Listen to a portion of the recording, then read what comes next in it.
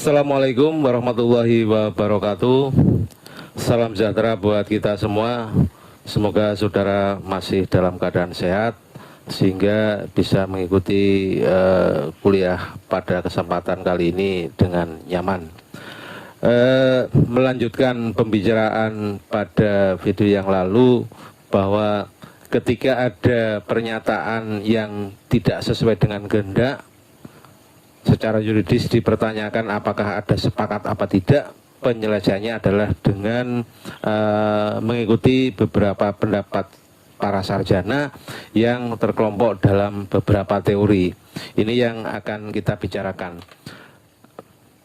Jadi ilustrasinya, kalau ada suatu penawaran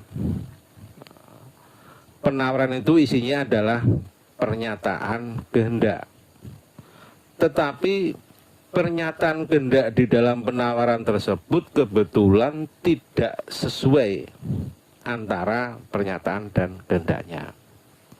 Misalnya apa? Misalnya salah tulis.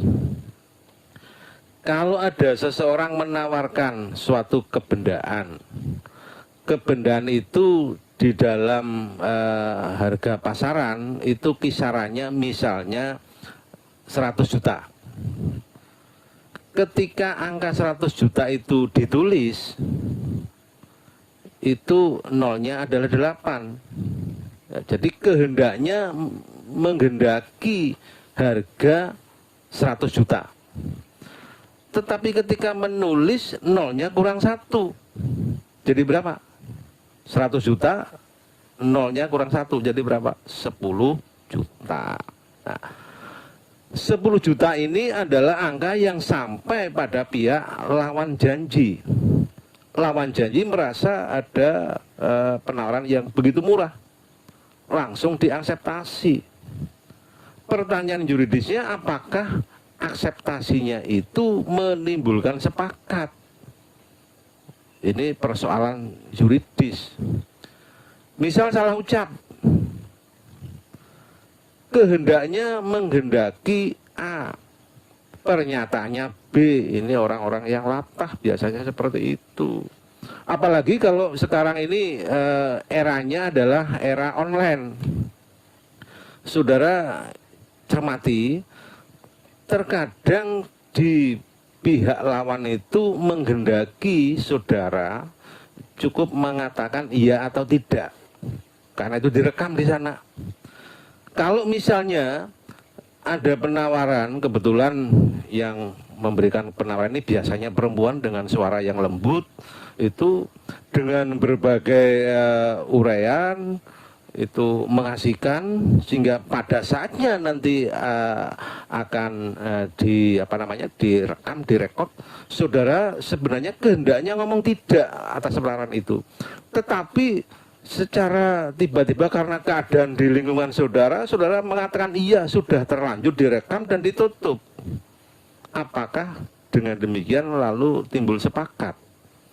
Ini maka hati-hati ketika ada penawaran-penawaran online yang suara saudara direkam seperti itu. Ini menjadi persoalan teoritis. Termasuk kalau misalnya ada kesalahan di pihak si kuasa. Orang yang memberikan kuasa menghendaki sesuatu A misalnya, si kuasanya ketika berhadapan dengan lawan janji B lah yang disampaikan. Dan itu yang diakseptasi. Apakah secara teoritis selalu timbul sepakat? Inilah persoalan-persoalan yang harus dipecahkan. Kita akan berpedoman pada pernyataannya apa yang ada dalam kehendak. Ini pertama-tama penyelesaiannya adalah menurut teori kehendak. Nah, berdasarkan teori kehendak ini, dasarnya adalah secara teoritis bahwa yang namanya membuat perjanjian itu adalah bagian dari melakukan tindakan hukum. Sedangkan tindakan hukum itu adalah tindakan yang menimbulkan akibat hukum, dan akibat hukum itu dikehendaki atau dianggap dikehendaki. Sehingga atas dasar pemikiran seperti itu, maka tidak ada sepakat kalau tidak didasarkan pada kehendak. Artinya apa? Bagi orang-orang yang berada di belakang teori ini berprinsip bahwa orang tidak dapat diharapkan untuk terikat pada sesuatu yang tidak dikehendaki. Nah, itu namanya akan memperkosa, maksudnya seperti itu. Karena apa? Memaksa seseorang harus terikat, punya kewajiban yang sebenarnya adalah tidak dikehendaki. Maka sekali lagi teori ini prinsipnya menyatakan bahwa pernyataan yang tidak didasarkan pada kehendak tidak melahirkan sepakat. Nah, ini teori ini sebenarnya pas dan cocok secara teoritis dengan konsep-konsep perbuatan hukum. Itu seperti itu. Akan tetapi dari awal saya katakan bahwa yang namanya kehendak itu terletak di dalam hati atau pikiran, dan itu sulit dibuktikan. Sehingga ada kemungkinan dalam kasus-kasus tertentu ada suatu pernyataan yang tidak sesuai dengan kehendak, tetapi kehendaknya sulit dibuktikan. Nah, kecuali kalau memang itu bisa dibuktikan, maka tidak akan lahir sepakat. Terhadap teori ini nanti saudara bisa mencermati di literatur, itu saudara bisa melihat, mempelajari kasus tonggak sejarah yang akhirnya orang meninggalkan teori kehendak, yaitu kasus Oppenheim dan Wheeler. Di sana itu tampak jelas sekali bagaimana teori kehendak itu ketika diterapkan pada kasus Oppenheim dan Wheeler itu terasa janggal, menjadi tidak adil. Nah, saya tidak akan menceritakan ini lebih detail, nanti waktunya habis, sehingga saya persilahkan saudara menelusuri di literaturnya. Kemudian ketika teori kehendak ini ditinggalkan karena ada ketidakadilan pada kasus Oppenheim Wheeler itu, maka orang lalu mencari teori lain. Nah, teori lain ini didasarkan pada teori Gevaert-Setting, teori risiko. Intinya adalah kalau seseorang itu sudah memutuskan untuk menceburkan diri di dalam pergaulan masyarakat, maka orang harus mau menanggung risiko bahwa ucapannya itu kemungkinan ditafsirkan dalam pola tertentu sehingga mungkin merugikan dia. Ini harus menerima konsekuensi itu. Sehingga ketika dihadapkan kepada pilihan, ada ketidaksesuaian antara pernyataan dan kehendak, berarti milih kehendaknya atau pernyataannya yang dipakai untuk melahirkan sepakat, maka teori berikutnya ini adalah berpegang teguh pada apa yang dinyatakan. Apa yang dinyatakan itulah yang melahirkan sepakat. Nah, dasarnya apa? Dasarnya karena kehendak sulit dibuktikan. Kalau kita berpegang pada kehendak, itu akan menyulitkan lalu lintas hukum. Orang bisa saja setelah menyepakati sesuatu hal, kemudian merasa rugi, akhirnya minta pembatalan atas dasar apa? Ternyata kemarin yang saya nyatakan tidak sesuai dengan kehendak saya. Betapa mungkin menjadi timbul ketidakpastian di masyarakat. Orang ketika menjual sesuatu dibayangi oleh ada kemungkinan permintaan pembatalan karena si pembeli merasa apa yang dinyatakan tidak sesuai dengan kehendaknya. Ini menyulitkan. Nah, ditambah lagi ada pengaruh dari hukum kanonik, ini hukumnya orang gereja, bahwa janji itu mengikat. Apa yang diucapkan itulah yang mengikat. Karena pada umumnya pada orang-orang yang menempatkan peradaban yang lebih tinggi, bahwa ucapan seseorang itu harus bisa dipegang. Istilah Jawa, orang harus bisa dipegang lidahnya, seperti itu. Jadi jangan bolak-balik, istilah Jawa ojo mencra mencelehan, seperti itu. Jadi kalau sudah ngomong iya ya iya, konsekuen. Ini teori pernyataan.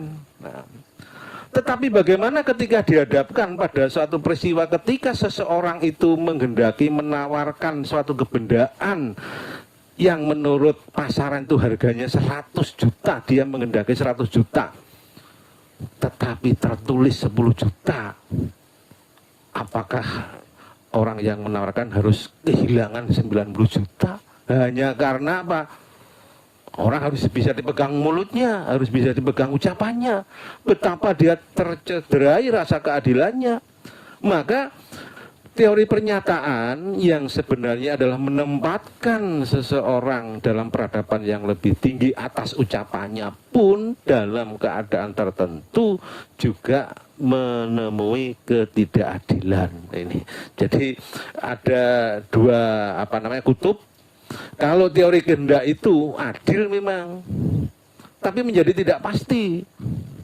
Karena orang kemungkinan akan senantiasa akan dengan mudah meminta pembatalan perjanjian atas dasar apa dulu yang disampaikan, yang diutarakan, yang dinyatakan tidak sesuai dengan kehendak. Maka terjadi ketidakpastian hukum. Di sisi lain, kalau kita ikuti teori pernyataan secara konsekuen, segalanya menjadi pasti. Apa yang diucapkan itulah yang mengikat. Apa yang diucapkan itulah yang melahirkan sepakat. Maka pasti. Tetapi dalam kasus-kasus tertentu ternyata juga bisa mencederai rasa keadilan. Oleh sebab itu para sarjana lalu berpikir mencari cara yang bisa memenuhi rasa keadilan sekaligus bisa memenuhi kepastiannya. Nah, inilah hukum yang baik memang begitu. Hukum yang baik adalah hukum yang bisa bergerak secara elastis ke kutub keadilan dan kutub kepastian. Nah, ini seperti apa? Mereka menyatakan diri dengan teori yang kita namakan teori kepercayaan. Apa maksudnya? Nah, teori ini nampaknya yang sekarang banyak dianut. Teori ini berangkat atau bertitik tolak dari pernyataan seseorang, sehingga apa yang dinyatakan itulah awalnya yang harus dicerna. Apakah pernyataan itu secara patut bisa membangkitkan keyakinan bahwa pernyataannya itu memang benar. Agak abstrak, jadi lebih rumit ya. Ini memang teori kepercayaan ini akhirnya memberikan beban kepada pihak yang menerima pernyataan. Berarti pihak yang ditawari, misalnya seperti itu. Pihak yang ditawari diberikan beban untuk mencerna apakah penawarannya ini logis apa enggak, penawarannya ini patut apa enggak. Nah, mengambil contoh yang tadi, ada suatu benda yang kehendaknya ditawarkan 100 juta karena memang di pasaran harganya memang kurang lebih 100 juta. Lalu ia menerima penawaran seharga 10 juta. Ini bagi orang yang umum, yang normal, kira-kira patut enggak penawaran ini? Kalau seandainya itu misalnya yang ditawarkan mobil misalnya, ini mobil KW, mobil rusak, mobil rongsok, apa mobil bener? Nah, begitu. Ataukah yang menuliskan penawaran ada kekeliruan? Ini ada kewajiban untuk mencerna apakah pernyataan lawan janji ini secara patut menimbulkan keyakinan bahwa memang itu benar. Kalau ia secara pribadi yakin bahwa itu benar, ini belum selesai. Harus diukur yakin menurut rata-rata orang. Jadi rata-rata orang kalau mobil tertentu ini harganya 10 juta, apa ya layak, apa ya patut gitu. Meskipun yang ditawari yakin bahwa 10 juta itu memang juga uang yang banyak. Nah, maka ukurannya bukan lagi sebatas pada orang yang ditawari atau lawan janji, tetapi ukurannya adalah ukuran umum rata-rata orang pada umumnya, bukan orang yang pinter banget, bukan orang yang ceroboh banget juga bukan, jadi rata-rata orang. Nah, oleh sebab itu teori ini yang nampaknya sulit sebenarnya ya di dalam prakteknya mudah sekali. Karena apa? Peristiwa yang banyak adalah apa yang dinyatakan itu memang sesuai dengan kehendak. Ini yang umum begitu. Tetapi ketika ada kejanggalan, barulah orang yang menerima pernyataan ini diberi beban untuk menimbang-nimbang, mencerna apakah ucapannya, tulisan yang ia terima ini layak dipercaya apa tidak. Nah ini, sehingga nanti di dalam kasus-kasus tertentu kalau diselesaikan dengan teori kepercayaan, ada kemungkinan pilihan teori kepercayaan ini bisa kehendaknya lah yang dipakai, dalam peristiwa yang lain pernyataannya yang dipakai. Dalam peristiwa Oppenheim dan Wheeler, ketika Oppenheim ini menulis pesan lewat telegram, konsep Oppenheim itu harap beli sejumlah saham, kemudian masuk ke telegram, kantor telegramnya ketika menulis surat telegram kepada Wheeler ternyata harap jual. Nah, apa yang terjadi? Karena Wheeler menerima telegram, akhirnya sahamnya atau surat-surat berharganya, obligasinya dijual lah oleh Wheeler. Oppenheim merasa tidak menghendaki menjual, ia tidak mau menerima apa yang dilakukan oleh Wheeler. Sehingga apa? Sehingga Oppenheim tidak mengakui adanya penjualan obligasi. Nah, kalau peristiwa ini dilihat dari teori kepercayaan, maka kalau seseorang itu menerima sepucuk telegram, kira-kira orang boleh percaya apa enggak isi telegram? Ini yang akan menentukan. Kalau misalnya sepucuk telegram itu tidak ada cacat fisik, tidak ada bekas coretan, tidak ada tipek, ya orang boleh percaya dengan isi telegram. Meskipun isinya tidak sesuai dengan pernyataan orang yang mengirim telegram, tapi kan salahnya pihak kantor telegram misalnya seperti itu. Sehingga secara patut orang boleh percaya pada isi telegram. Bayangkan ketika setiap seseorang itu menerima sepucuk telegram, dibiarkan untuk atau diberi ruang untuk sanksi. Zaman dulu kan komunikasinya yang paling penting, informasi-informasi yang sifatnya darurat, mendesak itu pasti pakai telegram. Lah kalau misalnya telegramnya isinya adalah harap pulang karena kerabatnya ini adalah sakit keras, bener apa enggak ya? Ini bener apa enggak? Bener apa nimbang terus ya nanti keburu meninggal orangnya kan gitu kan. Jadi apa? Ya orang boleh percaya pada isi telegram. Nah, sehingga kalau kasus Oppenheim dan Wheeler ini dilihat menurut teori kepercayaan, maka yang digunakan sebagai penentu lahirnya sepakat adalah pernyataannya. Jadi isi telegramnya yang mengikat, meskipun tidak sesuai dengan kehendak. Lain lagi, kalau misalnya contoh tadi ketika mobil yang di pasaran harganya 100 juta ditawarkan dengan harga tulisan yang salah, yaitu cuma nolnya kurang 1 jadi 10 juta. Maka kalau 10 juta ini diakseptasi, apakah lahir perjanjian? Menurut teori kepercayaan, orang yang menerima penawaran seperti itu diwajibkan untuk menimbang-nimbang kira-kira penawarannya benar apa enggak, meyakinkan apa enggak, seperti itu. Nah, kalau contoh yang angka nolnya kurang 1 tadi, 100 juta kehendaknya, pernyataannya 10 juta, maka yang dipakai menentukan ada tidaknya sepakat menurut teori kepercayaan adalah kehendaknya.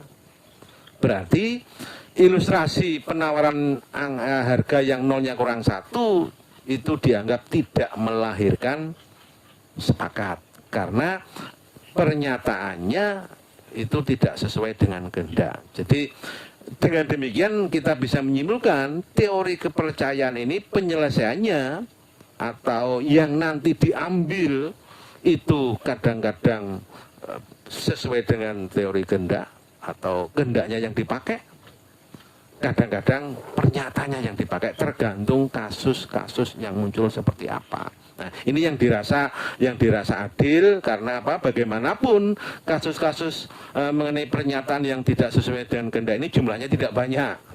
Yang banyak adalah apa yang dinyatakan sesuai dengan kehendak. Meskipun tidak banyak, kalau ini menjadi persoalan, ini juga akan menjadi persoalan yuridis, sehingga bagaimanapun teori ini tetap digunakan. Ini.